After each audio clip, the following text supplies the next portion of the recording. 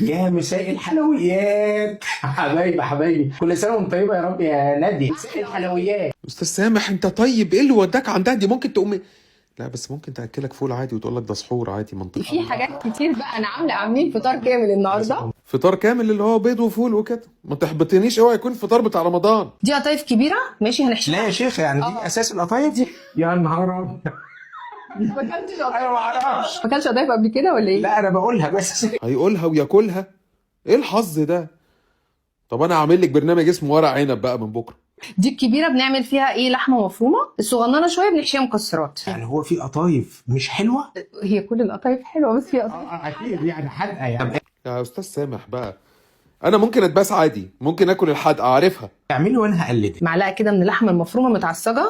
انا اللي متعصجه دلوقتي، سيبيني في حالي. ماشي. نحطها كده. ريحتها تجنن يا جماعه. ما خلاص يا استاذ سامح، انا اصلا ريحه الفول ما بتروحش من مناخيري. انا عايز اسالك سؤال. اتفضل. قطايف اهو مفردها ايه؟ قطيفه يعني قطايفايه. قطايف. لا احنا نطفي البوتاجاز ونروح بقى.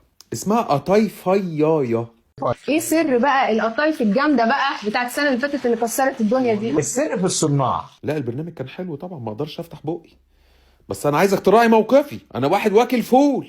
اه مؤلف جامد قوي عبد الرحمن هيبه، مخرج جامد قوي احمد بدران. اعمل دين ولا انا عكيت؟ كمل. اتفضل يا استاذ سامح، اكتب لنا قطايفيتين كده. معانا طبعا بقى البروديوسر بتاعنا، اه قائد الكتيبه كلها، الباشمهندس مصطفى عصام. سلامنا للباشمهندس مصطفى. قول لي انتوا هتاكلوا قطايف بس ولا في حاجه تانية؟ اصدمني. بس تعرف انه حضرتك يا استاذ سامح ده ايه الادب العظيم ده ايه ده؟ ايوه استاذ القديم.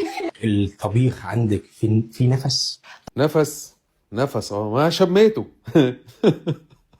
طبعا. لا انا ممكن اعمل نفس الحاجه، بس انت نفسك غير نفسي. اللي احنا بنعمله بقى النفس بتاعنا هو الصدق. يا استاذ سامح البرنامج جميل عشان انت جميل، سيبك انت، طلع لنا بقى قطايفيتين بقى. احلى حاجه احنا عاملينها النهارده ان احنا مش عاملين بيض بالبسطرمه، واخد بالك يا عم هشام ماجد، ولا عاملين فول، واخد بالك يا اسلام. ايوه واخد بالي. الكلام ده فيه اسقاط خطير، يتوجب عليه التصعيد. حلويات ولا انتوا حاجه صنف واحد بس؟ ما احنا في رمضان بقى. استاذه ناديه ما تحاوليش تبرري، ولا لسانك يجي على لساني. بص يا اسلام. هو اسلام ده يا جماعه ملوش اهل يسالوا عليه؟ تجيب برضه رحمه تقول له بص يا اسلام، وحضرتك تيجي تقول لي بص يا اسلام، هو في ايه؟ يا هشام رمضان لم يعني بتاع انت كنت بتسقف اسلام اهو. يا سيدي انا ساعتها كنت بسقف من غلبي، دي قصه تانية. الجمال ده حلو قوي. هبيع قطايف لكن ما تقوليش قطايف. إيه؟ انا اللي اقول قطايف. شكرا. مش هعمل ايه دلوقتي. حلو قوي يا كلهم. بالهنا والشفا يا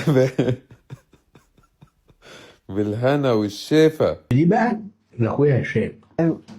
اهو هشام واسلام في السن. لا انت مالكش ذنب، هي عارفه نفسها.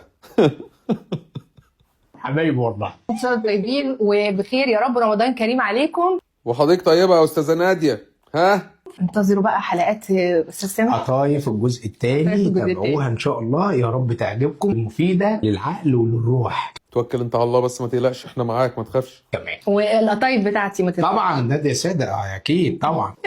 باي باي حبايبي، كل سنه طيبين. انتظروني ان شاء الله في البرنامج بتاعي الجديد، يا اما ورق عنب يا اما محشي كرومب، لسه مش متاكد بالظبط بس هنشوف.